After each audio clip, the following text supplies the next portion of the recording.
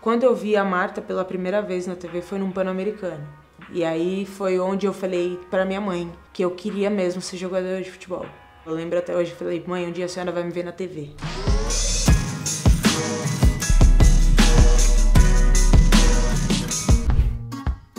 Minha mãe me dava boneca na minha infância e eu sempre tirava a cabeça das bonecas pra chutar, pra brincar, e eu falava, não, mãe, não quero. E as meninas me chamavam pra brincar de boneca e é onde eu sempre tava, no meio dos meninos chutando bola. A rua não tinha tanto saneamento básico, né? Tipo, a bola às vezes pegava no esgoto, aí tinha que lavar a bola, tipo, aquela coisa toda. Criando anticorpos, né? E meu pai tava em casa dormindo.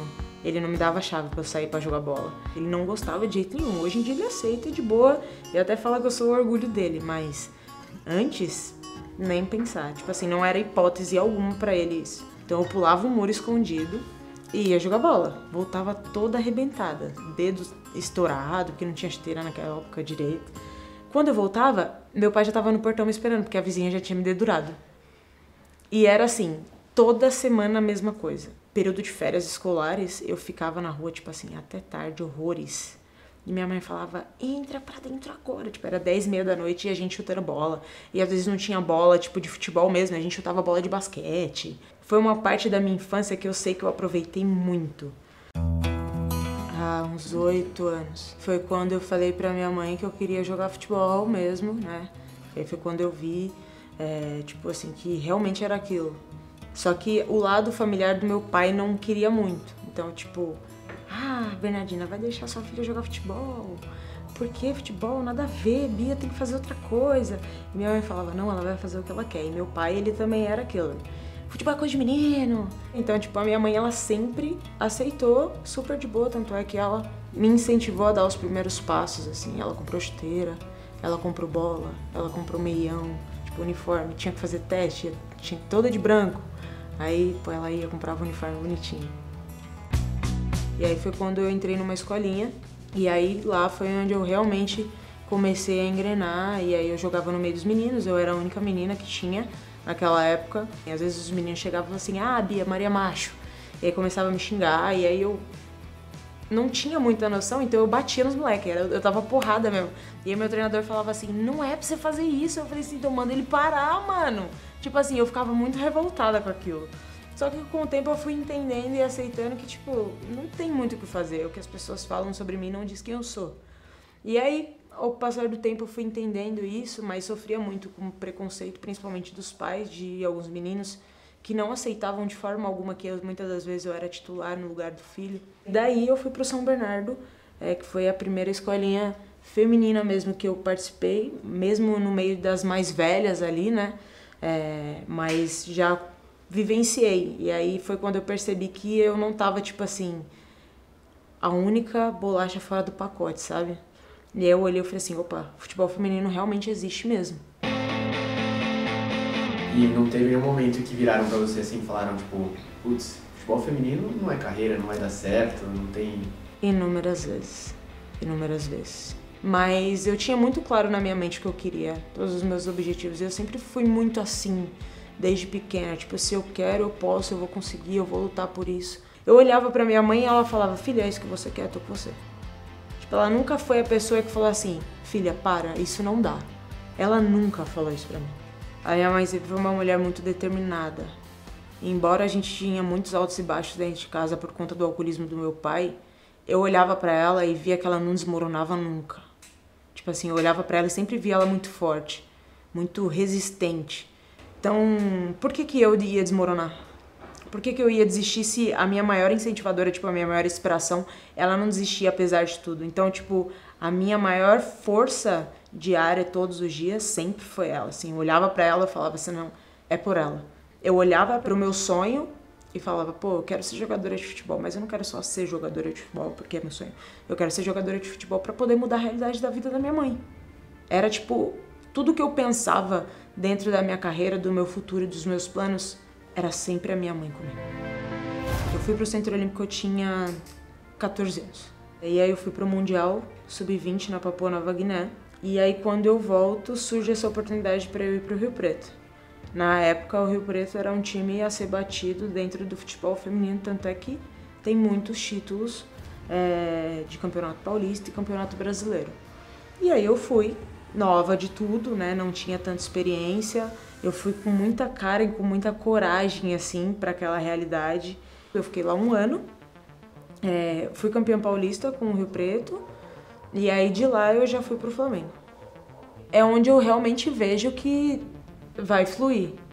Vai fluir, tipo assim, eu vou conseguir crescer como atleta, e eu vejo que meu desempenho no Flamengo, ele sobe muito, a minha parte física melhora muito. Lá eles tinham uma rigorosidade muito alta em relação a isso, então eu vejo que eu consigo alavancar muito mais o meu porte físico, a minha capacidade, e aí eu consigo render mais no jogo. Então, tipo, as situações foram só crescendo a partir do momento que eu chego no Flamengo. Eu já tinha certeza que eu não queria parar, mas ali foi, tipo assim, uma certeza a mais pra mim durante esse processo. Santos surge já numa proposta melhor, numa pegada que eu olho pra situação e falo, caraca, a Marta jogou aqui. E aí eu olho para Sereias da Vila com uma oportunidade muito grande de crescimento e de construir uma história legal com essa camisa, porque a Sereias sempre foi uma referência, né, dentro do futebol feminino. Acho que o Santos, ele me ensinou muito a superar situações tanto profissionais como da minha vida pessoal, assim. Por exemplo, no momento que eu mudei de posição, foi o momento que eu mais fui criticada, porque eu chego no Santos e sou volante. E aí eu vou tapar um buraco na lateral esquerda porque a nossa lateral se machuca. E aí, obviamente, não tinha tanta afinidade com a posição. E assim, o torcedor me xingava de ruim pra lá. E óbvio que isso me machucava, só que eu sou uma atleta muito autocrítica. Então, eu fico muito puta se eu desempenho muito mal no jogo. E aí, eu sabia que eu já tinha desempenhado mal.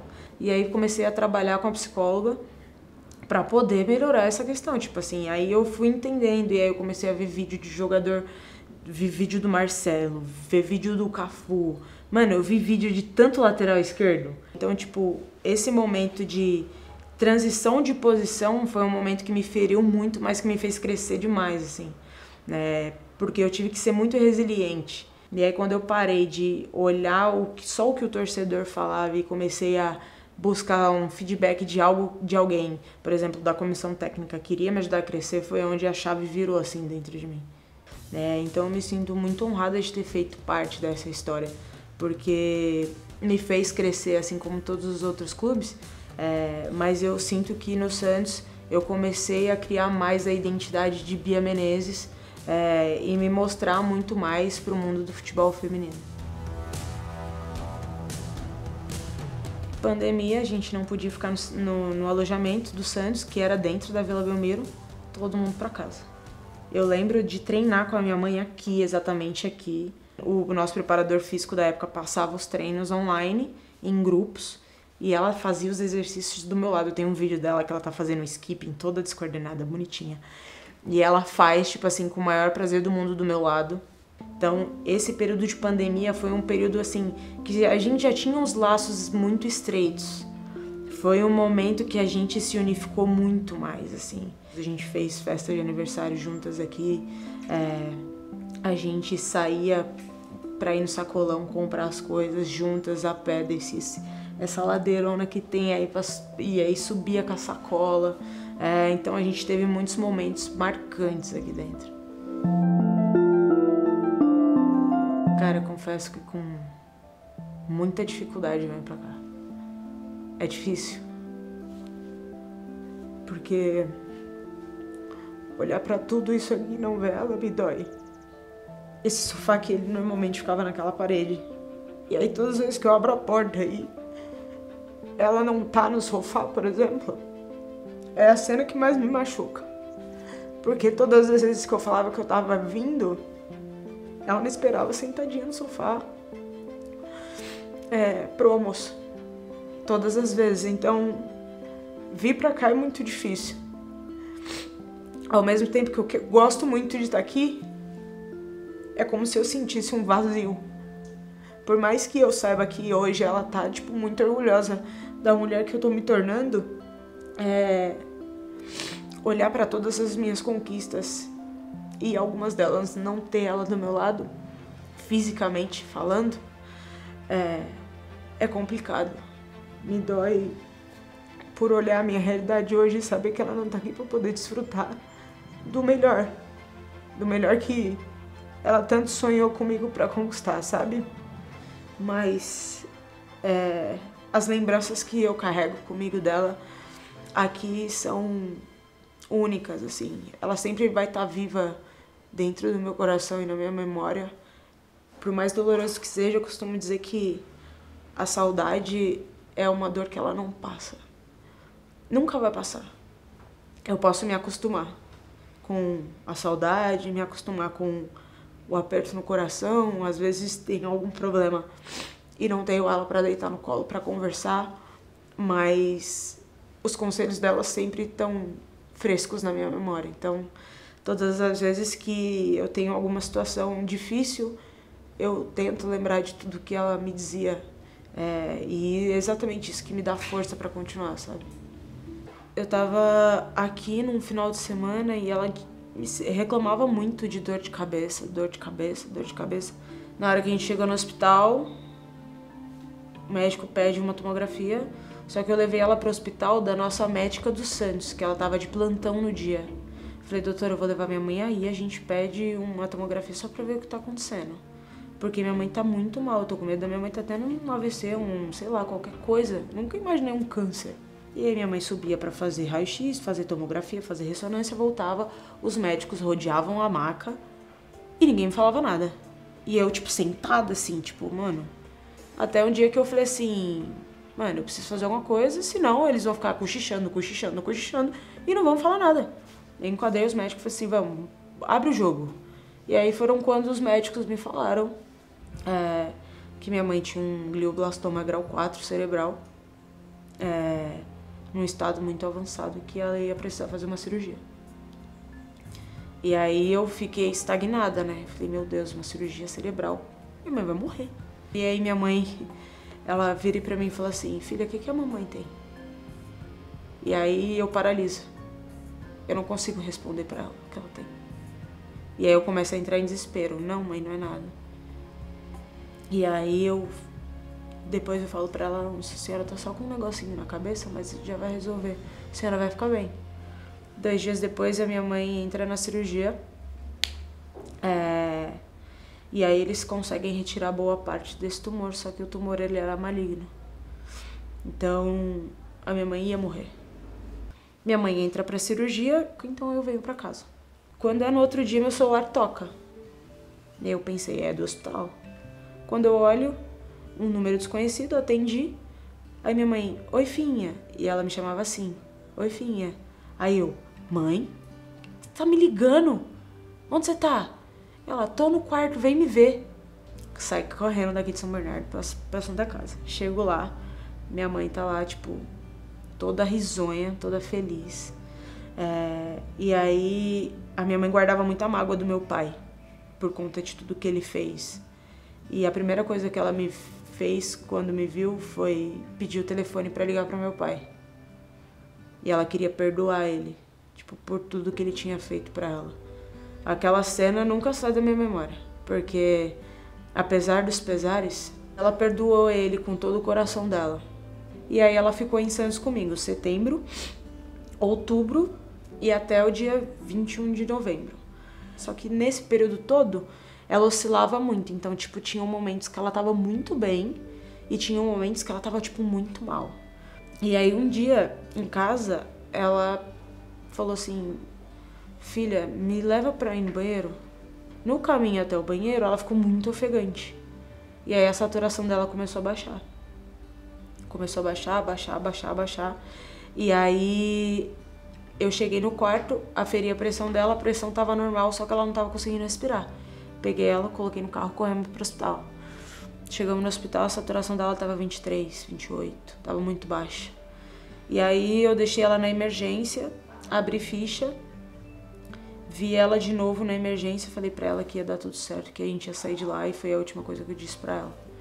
Depois os médicos chamaram eu e minha ex-namorada, e aí elas falaram que minha mãe tinha vindo a óbito. E aí foi quando, tipo, o chão literalmente abriu. Só que eu, inocentemente, eu tentei burlar o luto. Eu tentei mostrar pra minha família, pro meu avô, pra minha madrinha, pras minhas tias que tava tudo bem, só que não tava, né? Tipo, eu tinha perdido meu maior alicerce da vida, e eu tentei ser forte. Eu tentei ser forte e aí eu me sabotei. E aí depois que minha mãe morre, eu quero parar. Eu quero parar de jogar. Porque não fazia sentido. Eu olhava pro campo e eu chorava. Eu entrava dentro do campo no CT Rei Pelé, eu chorava, eu não conseguia. Às vezes a bola vinha, tipo, eu tava pensando em outra coisa, mas não tava dentro. E aí foi quando eu falei que não queria mais e fiquei 1,5 semanas, se eu não me engano, sem treinar. Não conseguia, não queria, já tinha falado pra treinadora da época que eu não ia mais, que eu não queria mais, a gente tinha um campeonato pra disputar. E aí foi onde a psicóloga do Santos entrou, me ajudando, dando um suporte emocional para que eu pudesse entender que não era isso que minha mãe gostaria que eu fizesse, que eu parasse, que eu desistisse dos meus sonhos, que eram os sonhos dela. E foi onde eu comecei a me reinventar, literalmente. Eu comecei a dar a volta por cima e eu olhava pro meu sonho e falava, não, é o sonho da minha mãe. E aí, depois que eu começo a entender isso, é onde a minha carreira começa a alavancar de uma forma absurda e eu fico, tipo assim, caraca, o que tá acontecendo? Depois de 1 ano da perda da minha mãe, eu sou eleita a melhor lateral do Campeonato Paulista. 2 anos depois, eu sou eleita de novo a melhor lateral esquerda do Campeonato Paulista. Tenho convocação para a seleção brasileira. Fechei o contrato dos meus sonhos com a marca dos meus sonhos.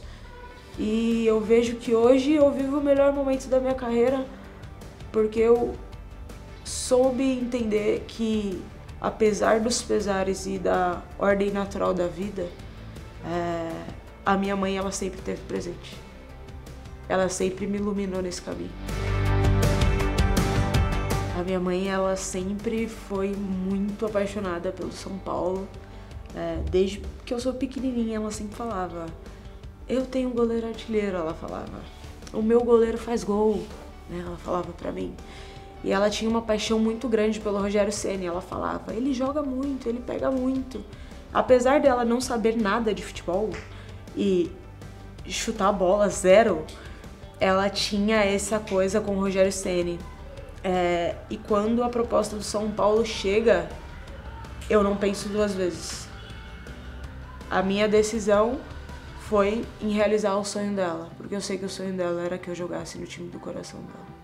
Eu chego no São Paulo e eu me sinto completamente em casa. Muito acolhida pela comissão técnica, pelos torcedores, pelas minhas companheiras. O São Paulo tem me mostrado um caminho e uma história muito, muito gratificante de viver. É muito massa olhar para a história que eu estou construindo com a camisa do São Paulo e ver o quanto o futebol feminino tem se desenvolvido, o quanto a minha carreira cresceu desde que eu cheguei no São Paulo. Então, eu acho que em 2024, quando eu chego no São Paulo, a minha carreira faz isso, tipo, BUM! E aí a Bia Menezes fica muito em evidência e eu começo a ter uma crescente muito grande. Então, valorizar pra mim o que eu vivo no São Paulo hoje é muito grandioso. Me orgulho muito de vestir a camisa do São Paulo, pela história, pela tradição e principalmente por trazer o legado da minha mãe comigo, que era São Paulina vermelha, branca e preta.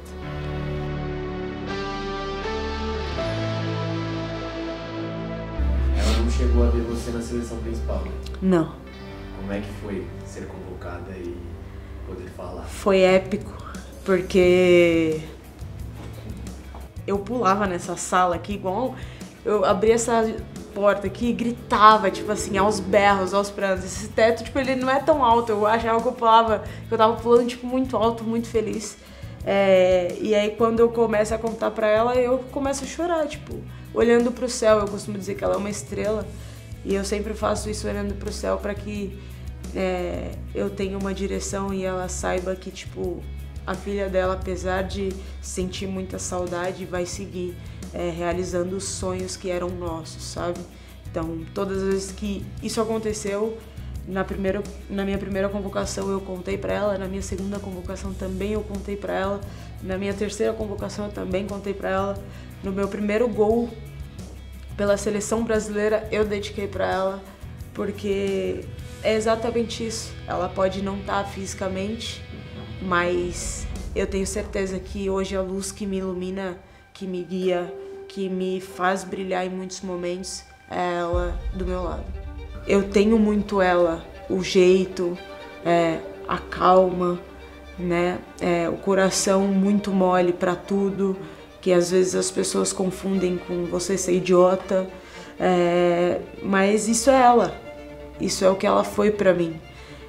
E eu só carrego ela dentro de mim em forma de Bia, né? Então o legado, a simplicidade dela, de tudo que ela fazia com muito amor, mesmo que fosse algo muito simples, ela sempre ia se entregar. Então carregar isso comigo em boas memórias de quem ela foi e ela é a honra que eu posso carregar assim, pra sempre. Você acha que tem alguma menininha em São Francisco de Assis ou aqui em São Bernardo que olha e fala assim, putz, ela abriu o caminho, dá pra chegar? Sim, assim como eu olhava pra Marta, ela abriu o caminho, dá pra chegar. Isso é muito louco, porque por mais que eu ache que eu não inspire ninguém, sempre vai ter alguém te olhando como espelho. A Marta provavelmente achava isso em algum momento da vida dela e ela abriu o caminho. Então, seguir abrindo o caminho para novas mulheres é o meu maior objetivo também. Qual que é o seu maior medo hoje? Não realizar um dos meus maiores sonhos, que é ser uma grande mãe como a minha mãe foi.